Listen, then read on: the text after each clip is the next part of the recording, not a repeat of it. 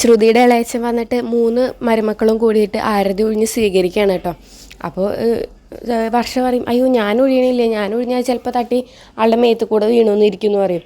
അപ്പോൾ ആൾ ഇങ്ങനെ പേടിക്കും കേട്ടോ. അപ്പോൾ ചന്ദ്ര പറയും, അങ്ങനെയൊന്നുമില്ല, അങ്ങനെയൊന്നും ഉണ്ടാവില്ല, മോളെ എന്ന് പറഞ്ഞിട്ട് ഇങ്ങനെ ഒരു 3 പേരും കൂടി ആരതി ഒഴിയാണ്. അതിനുശേഷം ഉള്ളിലേക്ക് വിളിച്ചിട്ട് വേഗം തന്നെ രേവതി ജ്യൂസൊക്കെ കൊണ്ടുവന്ന് കൊടുക്കും കേട്ടോ. അങ്ങനെ ജ്യൂസൊക്കെ കുടിച്ചിട്ട് ആളിരിക്കുകയാണ്. അപ്പോൾ അങ്ങനെ ആ സമയത്ത് കരിക്കും പിടിച്ച സച്ചി ഉള്ളിലേക്ക് കയറി വരികയാണ് കേട്ടോ. അപ്പോൾ സച്ചിയോട് അയാൾ ചോദിക്കും, ഇതാണല്ലേ കൈക്ക് വെട്ടുകാരെന്ന് ചോദിക്കും. അപ്പോൾ നമ്മുടെ രവി പറയും, അല്ല ഇതെൻ്റെ 2ാമത്തെ മകനാന്ന് പറയും. അപ്പോൾ തന്നെ ഇതാണല്ലേ ശ്രുതി നീ പറഞ്ഞ കള്ളുകൂടി എന്ന് പറയും കേട്ടോ. അപ്പോൾ തന്നെ എല്ലാവരും പെട്ടെന്ന് ഞെട്ടു കേട്ടോ.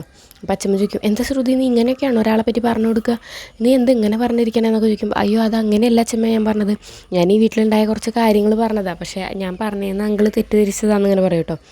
അപ്പോൾ രേവതി പറയും, ഇവിടെ വേറെ കുറേ കാര്യങ്ങൾ നടന്നിട്ടുണ്ടല്ലോ, അതൊന്നും നീ എന്താ പറയാത്തത് എന്നൊക്കെ ചോദിക്കും കേട്ടോ. അവരെ നമ്മുടെ ശ്രുതി ഇങ്ങനെ നിൽക്കുമ്പോൾ ചന്ദ്ര പറയും, അതിനിപ്പോൾ വലിയ കാര്യമൊന്നുമല്ലല്ലോ, അതങ്ങോട്ട് വിട്, നമുക്ക് ഇനി കാര്യങ്ങളിലേക്ക് നടക്കാമെന്ന് പറയും. അപ്പോൾ നമ്മുടെ ചെറിയച്ഛൻ പറയും, മോളെ ശ്രുതി നീ ആ കവറുകൾ ഇങ്ങോട്ട് എടുക്കുമെന്ന് പറയും കേട്ടോ. ഇവളുടെ അച്ഛനെ ഓംപ്ലേറ്റൊക്കെ കൊടുത്തയച്ചിട്ടുണ്ട് പറയും. അപ്പോൾ നമ്മുടെ ശ്രുതിയാണെങ്കിൽ ഇങ്ങനെ ബ്രേസ്ലെറ്റിൻ്റെ കാര്യം ഇങ്ങനെ ഓർമ്മിപ്പിച്ചിട്ടുണ്ടാവും കേട്ടോ. അപ്പോൾ നമ്മുടെ എല്ലാവരും അതിന് ഓംപ്ലേറ്റോ, അതെന്താ മുട്ട ഇവിടെ കിട്ടില്ലേ, പിന്നെ എന്തിനാ അവിടെ നിന്ന് കൊടുത്തയക്കണേന്നൊക്കെ ചോദിക്കും.